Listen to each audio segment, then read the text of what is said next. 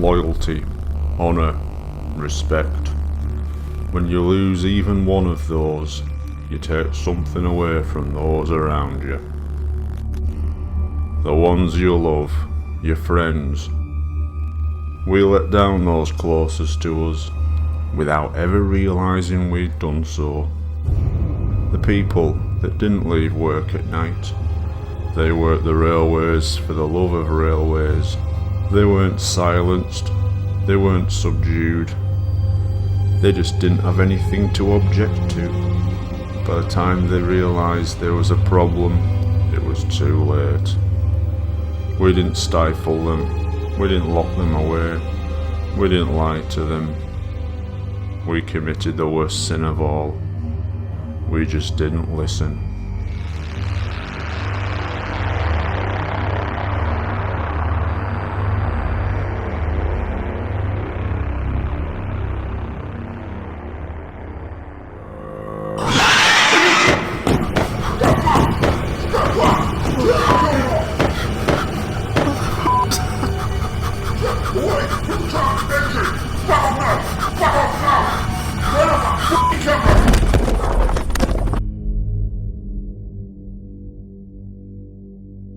On the 6th of October 2015, the world was reintroduced to the horrors and suffering that began on a small island off the northwest coast of England. I don't think the documentary showed anything we didn't already know. People had just become desensitised to what had happened to Thomas and his friends. The reaction, or rather, overreaction began.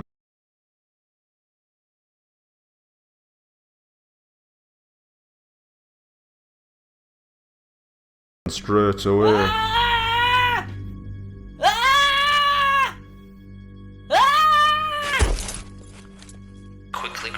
This young man in the USA had become so traumatised by Shed 17, he had memorised all the dialogue and would do nothing but watch the programme in a loop, mouthing the words. The town was buzzing with news of her pregnancy.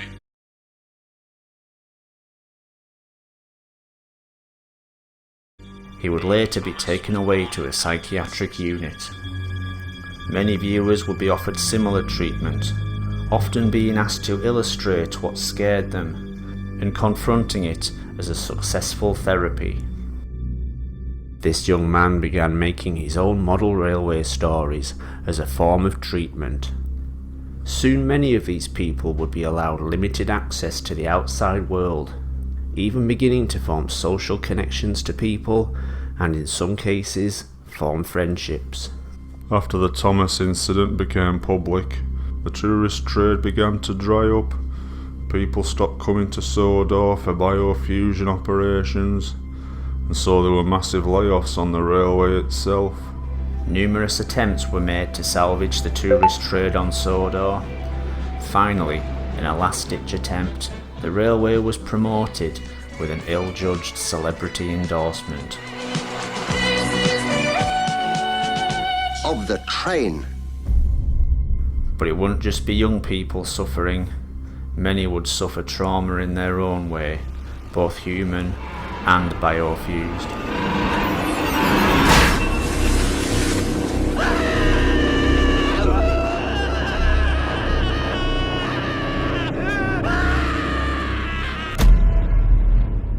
With the documentary came the public outcry and the media's need for a scapegoat. The Goetze family were in hiding. The fat had vanished with all his money, and there I was, in full public view, being blamed for the whole thing. Do you want to apologise, because frankly you should know better than that? Bloody hell.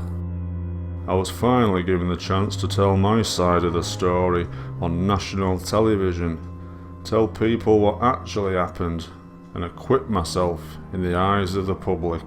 Mr. Hartley, are you to blame for the events on Sodor Island? Well, let me tell you, I am not. I am totally to blame for what happened to Thomas and all his friends, and I'd do it again tomorrow. Last time I go on Channel 4. But the public outcry would bring an anonymous whistleblower out into the light. Someone who would reveal more facts about the events on Sodor Island, both before and after the Thomas incident. I worked closely on the television series in the early 80s, so I was around the engines at all times. It's only now, after I can't make a difference to those engines' lives, that I've heroically decided to speak. As the government finally relented and shut down the whole biofusion operation on Sodor, a tragic dilemma faced the scientists. Some people were still in the biofusion process.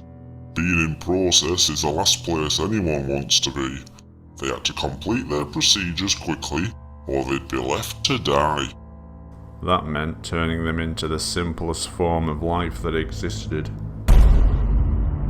Trucks, particularly the faceless ones, rarely had the brain capacity to retain long-term memory. They were the lucky ones. I can't imagine a worse hell than being a truck. Fortunately, most of them didn't live long.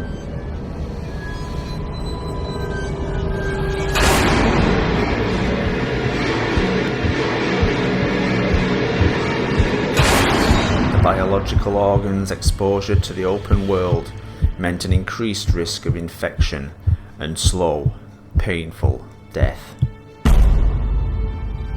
Fearing being shut away forever, some trains would seek opportunity elsewhere. Chris Duck Dixon and Oliver Surname's dream was to work on the famous Sodor Railway. They were childhood friends who shared the same love of trains. They'd made a pact to become engines. Sadly, it came too late.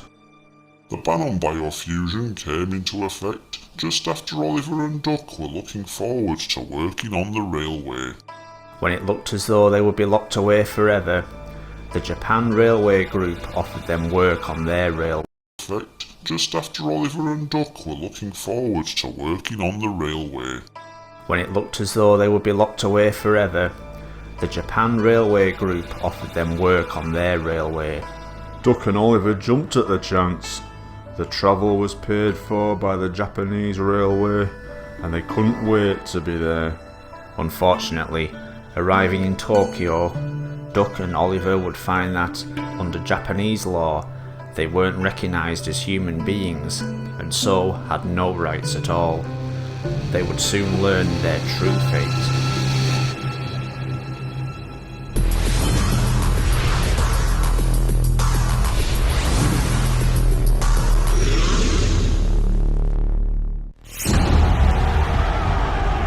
They, along with other engines unfortunate enough to fall into this trap, were to take part in a sick pay-per-view event. Two years apart, these two fighters, and they both possess a similar height and reach. Don't cut it!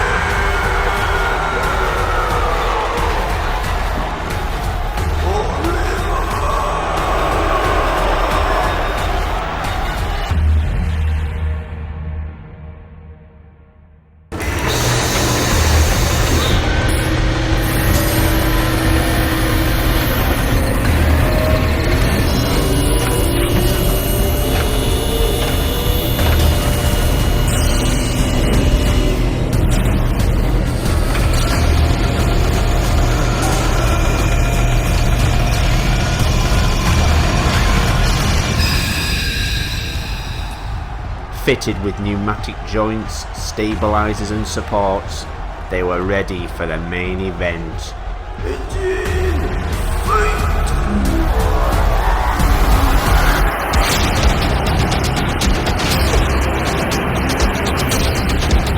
Right, left, uppercut!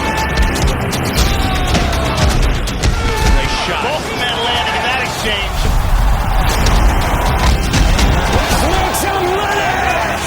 Come on!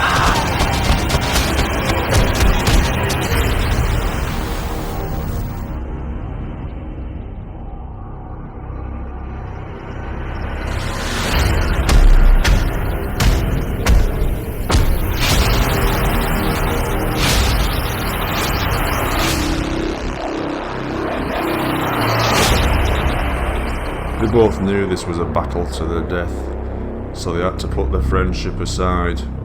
There was only one way to survive.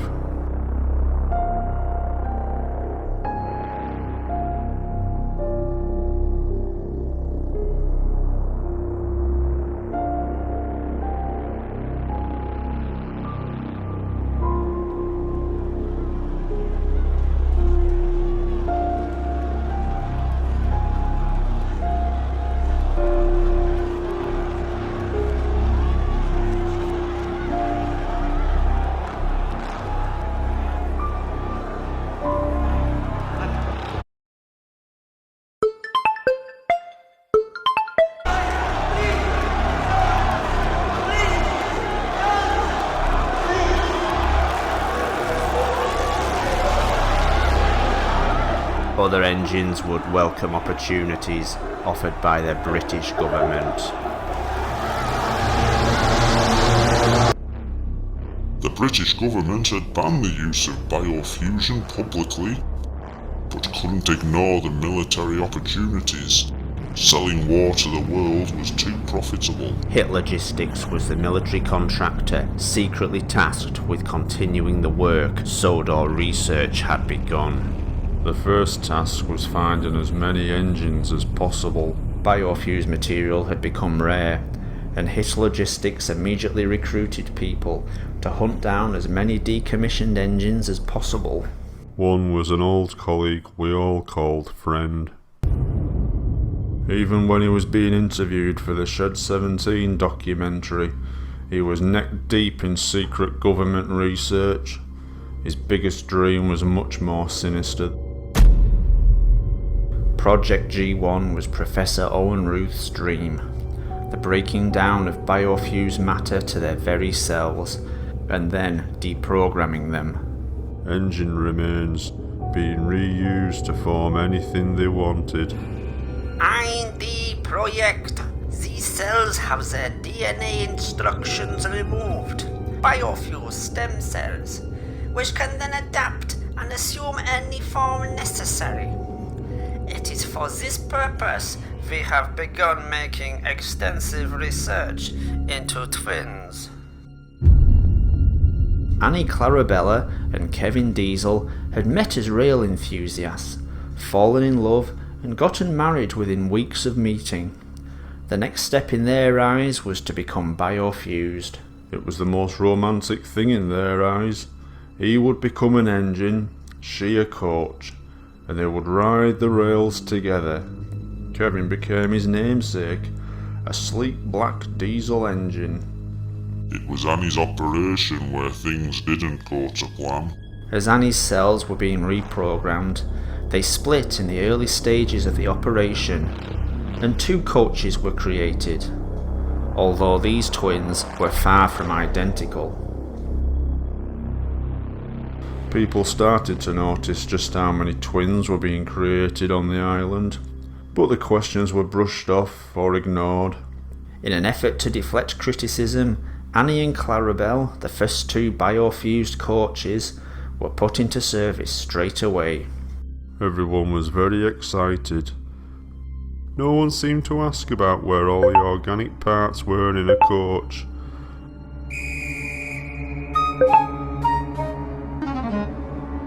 Or about those luxurious, expensive pink leather furnishings.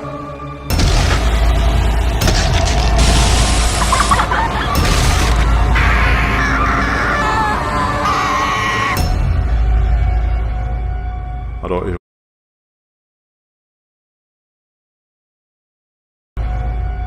don't even want to tell you what they found in the toilets. Following this disaster, Annie and Clarabelle would be kept out of the public gaze. One would stay with her husband, the other sent away to Hitlogistics. Diesel was forced to make a heartbreaking choice: which of these ladies to spend the rest of his life with. It must have taken him all of 2 seconds. For Annie, a lifetime with her husband, hidden away from the public gaze. For Clarabelle, the safety and care of Hitlogistics.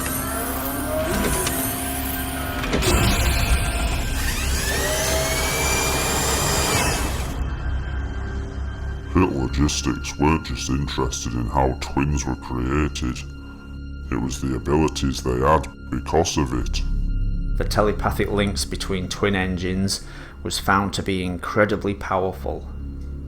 The psychic links found in natural twins is profoundly more powerful in biofused vehicles. Of course, essentially, these are the same person. Hit Logistics would use what they had learnt to work on duplication. A volunteer soldier could be biofused exponentially, creating copies of those cells. Think of it! A willing human participant, not just controlling a weapon, but becoming the weapon. Able to react to danger and orders in a fraction of the time.